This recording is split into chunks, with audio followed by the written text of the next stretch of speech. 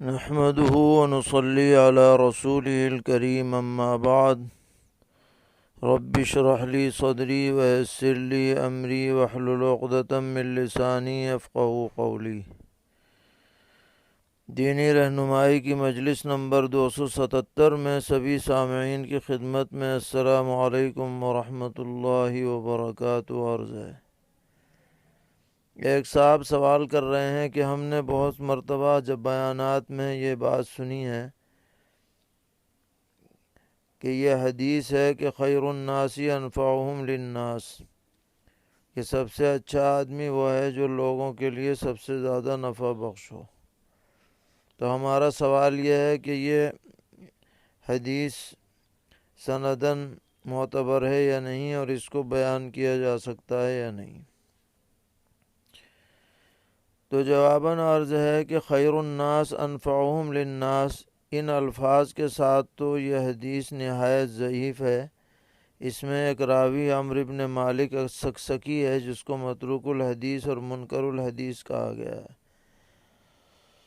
البتہ اسی کے قریب قریب ایک دوسری روایت ہے کہ نبی اکرم علیہ السلام سے پوچھا گیا کہ من خیر الناس، کہ سب سے اچھا آدمی کون ہے؟ تو آپ صلی اللہ علیہ وسلم نے اس کے جواب میں ارشاد فرمایا کہ انفع الناس للناس، کہ وہ آدمی سب سے اچھا ہے جو لوگوں کو سب سے زیادہ فائدہ پہنچانے والا ہو۔ تو یہ روایت پہلی روایت کے مقابلے میں صحت کے زیادہ قریب ہے اور اسے حسن قرار دیا گیا ہے۔ بہت سے محدثین نے اس کو قبول کیا ہے اور معنوی اعتبار سے بھی یہ صحیح ہے۔ اس لیے جو الفاظ خیر الناس انفعہم للناس ہیں، ان الفاظ کے ساتھ تو نہ بیان کیا جائے، لیکن مفہوم بیان کیا جا سکتا ہے کہ سب سے اچھا آدمی وہ ہے جو لوگوں کے لیے زیادہ نفع بخش ہو۔ سوال کرتے ہیں کہ ہمارے سامنے دو حدیثیں ہیں۔ ایک حدیث میں یہ ہے کہ نبی اکرم علیہ السلام نے پچنا لگانے کی کمائی کو ممنوع قرار دیا ہے اور بہت ہی بری کمائی قرار دیا ہے۔ اور دوسری روایت یہ ہے کہ نبی اکرم علیہ السلام نے خود پچنا لگوایا اور جس نے پچنا لگایا تھا اس کو آپ نے اجرت بھی عطا فرمائی۔ تو ہمارا سوال یہ ہے کہ جب آپ اس کمائی کو سب سے زیادہ بری کمائی قرار دے رہے ہیں ایک حدیث میں، تو آپ نے خود پچنا لگوا کر اس کی اجرت کیوں عطا فرمائی؟ دونوں حدیثوں کے اندر کیا تطبیق ہو سکتی ہے؟ جواباً عرض ہے کہ یہ دونوں حدیثیں معتبر ہیں اور صحیح ہیں، اور ان کی تطبیق کے سلسلے میں دو رائے پائی جاتی ہیں شارحین میں۔ ایک رائے یہ ہے کہ شروع میں آپ نے اس کو ممنوع قرار دیا تھا، لیکن بعد میں یہ ممانعت منسوخ کر دی گئی اور آپ نے اجازت دے دی، چنانچہ جب خود آپ نے پچنا لگوایا تو آپ نے اس کی اجرت بھی عطا فرمائی۔ اور دوسرا پہلو اس میں یہ بیان کیا گیا ہے کہ آپ نے جو ممانعت فرمائی وہ حرمت کے درجے کی نہ تھی بلکہ خلاف اولا کے درجے کی تھی، اور آپ نے بیان جواز کے لیے اس پر عمل فرمایا کہ اجرت عطا فرما دی۔ اور علماء نے یہ لکھا ہے کہ اس میں خلاف اولا ہونے کی وجہ یہ ہے کہ جس زمانے میں پچنے لگوائے جاتے تھے دور نبوت میں اور اس کے بعد بھی، تو وہ خون منہ سے کھینچا جاتا تھا اور اس کا خطرہ رہتا تھا کہ منہ میں آ جائے تو ایک ناپاک چیز سے التباس پایا جاتا تھا۔ اب اور مزید اس میں ترقی ہوئی ہے اور اب ایسی مشینیں آ گئی ہیں کہ اس میں نجاست میں آدمی ملوث نہیں ہو پاتا ہے، اس کے بغیر بھی پچنا لگایا جا سکتا ہے۔ اس لیے جو تھوڑا بہت اس میں ناپسندیدگی تھی اب وہ بھی اس درجے کی نہیں رہی ہے، اس لیے بلا شبہ اس کی اجرت لی جا سکتی ہے۔ سوال کرتے ہیں کہ بعض تبلیغی جماعت سے متعلق حضرات بیان کرتے ہیں کہ اللہ تعالیٰ کے راستے میں جو گرد و غبار لگے اس کی وجہ سے اللہ تعالیٰ اس بدن کو دوزخ پر حرام کر دیتے ہیں۔ تو کیا اس حدیث کے مصداق میں تبلیغی جماعت میں جو گرد و غبار لگے وہ بھی داخل ہے، یا صرف قتال فی سبیل اللہ اس سے مراد ہے؟ تو جواباً عرض ہے کہ یہ حدیث صحیح ہے اور معتبر ہے، اور بے شک اس حدیث کا اولین اور اعلیٰ مصداق تو اللہ تعالیٰ کے راستے میں جہاد کرنا اور قتال کرنا ہے، لیکن ضمنی اور مجازی طور پر دین کے لیے جو بھی محنتیں کی جائیں گی اور جو بھی عبادات انجام دی جائیں گی اس میں جو گرد و غبار لگے گا انشاءاللہ وہ بھی اس فضیلت کا مصداق ہوگا، اور اس میں تبلیغی جماعت کی محنت بھی داخل ہے اگر حسن نیت کے ساتھ ہو، اور آدمی گھر سے نماز کے لیے جا رہا ہے اس میں گرد و غبار لگ جائے وہ بھی اس میں داخل ہے، طالب علم پڑھنے کے لیے جا رہا ہے اس میں گرد و غبار لگ جائے وہ بھی اس میں داخل ہے، اور کوئی دینی مقصد سے آدمی جا رہا ہے اس میں گرد و غبار لگے تو وہ بھی داخل ہے۔ الغرض جب اسے مجاز پر محمول کیا جائے گا تو کسی خاص صورت یا جماعت کے ساتھ یہ منحصر نہیں ہوگا بلکہ سب کو شامل ہوگا، اور اس کا سب سے اعلیٰ مصداق جہاد فی سبیل اللہ ہے، اس میں کوئی شک نہیں ہے۔ سوال کر رہے ہیں کہ حضرت ابراہیم علیہ السلام کے کون سے بیٹے ذبیح اللہ ہیں، اسماعیل علیہ السلام یا اسحاق علیہ السلام؟ جواباً عرض ہے کہ مشہور یہی ہے کہ حضرت اسماعیل علیہ السلام ہی ذبیح اللہ تھے، اور سورہ والصافات میں جہاں اس کا تذکرہ ہے اس کی ترتیب سے بھی اسی کی تائید ہوتی ہے کہ حضرت اسماعیل علیہ السلام ذبیح اللہ ہیں، کیونکہ پہلے حضرت اسماعیل علیہ السلام کا ذکر ہے، اس کے بعد حضرت اسحاق کا تذکرہ ہے۔ اسی طرح جہاں اسماعیل علیہ السلام کا ذکر ہے وہاں غلام حلیم کا ذکر ہے۔ حلیم کا مطلب بہت حلم و بردباری والا، اور یہ صفت اسماعیل علیہ السلام پر زیادہ منطبق ہوتی ہے۔ سوال کرتے ہیں کہ کیا کوئی غیر مسلم کسی مسلم وقف کا متولی بن سکتا ہے؟ جواباً عرض ہے کہ وقف میں عبادت کا پہلو پایا جاتا ہے، لہذا کسی غیر مسلم کو متولی کے اختیارات دینا شرعاً درست نہیں ہوگا۔ مسلمان ہی بننا چاہیے، اور مسلمان بھی ایسا بننا چاہیے جو دیندار ہو اور امانت دار ہو، خیانت نہ کرنے والا ہو، وقف کی حفاظت کرنے والا ہو۔ متولی ایسے شخص کو بننا چاہیے۔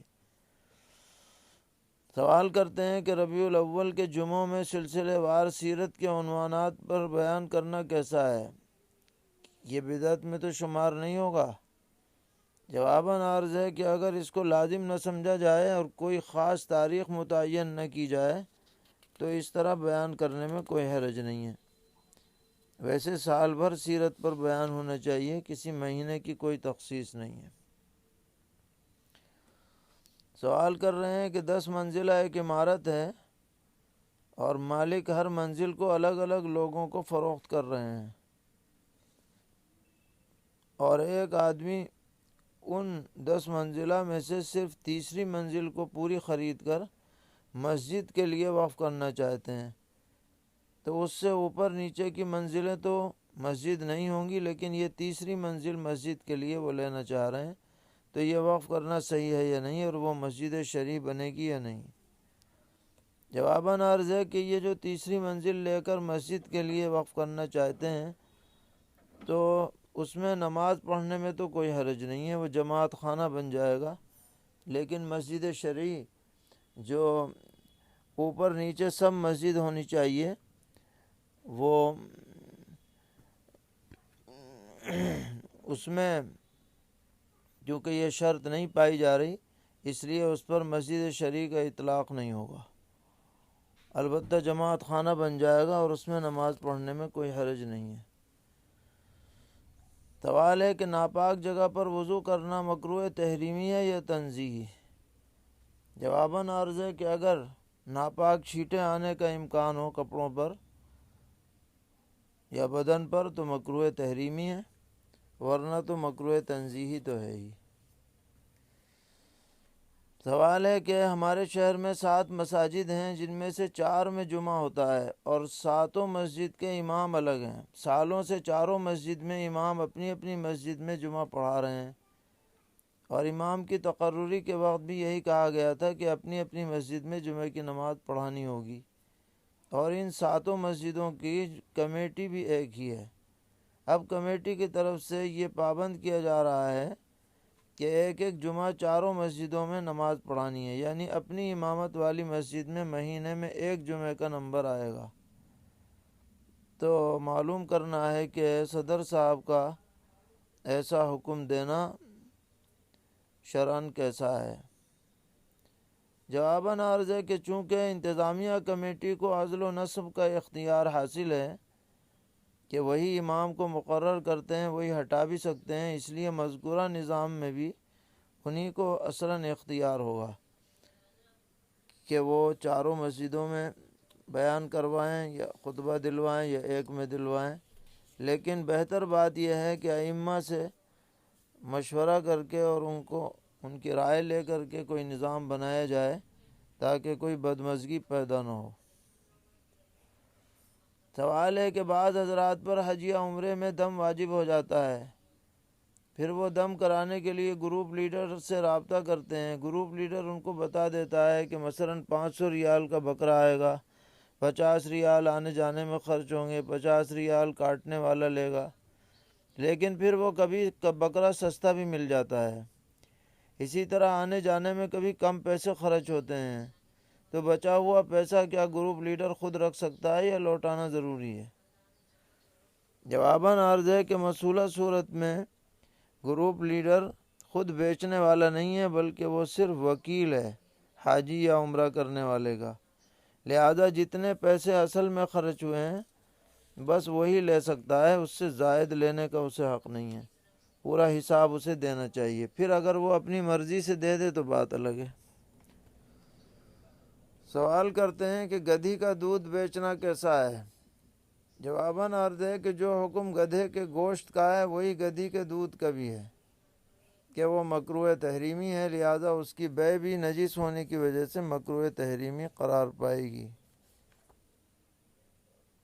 پوچھتے ہیں کہ ہم 2 بھائی اور 4 بہنیں ہیں، ہمارے والد صاحب نے ہم سب کو بلایا اور کہا کہ تم میں سے جو نماز نہیں پڑھے گا اسے میری جائیداد میں سے کچھ نہیں ملے گا۔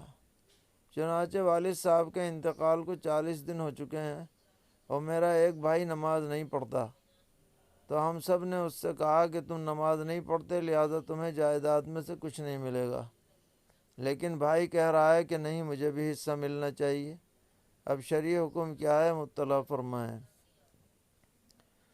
جواباً عرض ہے کہ والد کا اپنی زندگی میں یہ کہنا کہ جو نماز نہ پڑھے اسے جائیداد میں سے کچھ حصہ نہیں ملے گا، اس کا کوئی اعتبار نہیں ہے۔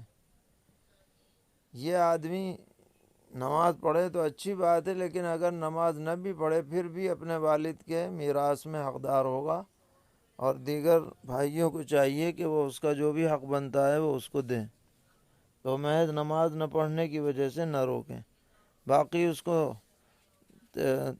ترغیب دیتے رہیں اور فہمائش کرتے رہیں نماز پڑھنے کی۔ سوال ہے کہ آج کل لوگ کہیں گھومنے جاتے ہیں تو اس کی ویڈیو بنا کر یوٹیوب پر ڈال دیتے ہیں، بہت سارے دیندار لوگ بھی ایسا کرتے ہیں، حالانکہ اس ویڈیو میں وہاں موجود عورتیں مردیں بھی دکھائی دیتے ہیں، تو شریعت کی روشنی میں یہ عمل کیسا ہے؟ جواباً عرض ہے کہ اس طرح ویڈیو بنانا لغو اور بے فائدہ چیز ہے، بے فائدہ عمل ہے، بالخصوص دیندار حضرات کو ایسی باتوں سے احتراز کرنا چاہیے اور ایسی فضول حرکتوں سے خود بھی بچنا چاہیے، دوسروں کو بھی بچانا چاہیے۔ اللہ تعالی ہم سب کو دین پر استقامت عطا فرمائے، ہر طرح کے شرور سے محفوظ رکھیں۔ وصلی اللہ تعالی علی خیر خلقہ محمد وآلہ وصحبہ اجمعین برحمتک یا ارحم الراحمین۔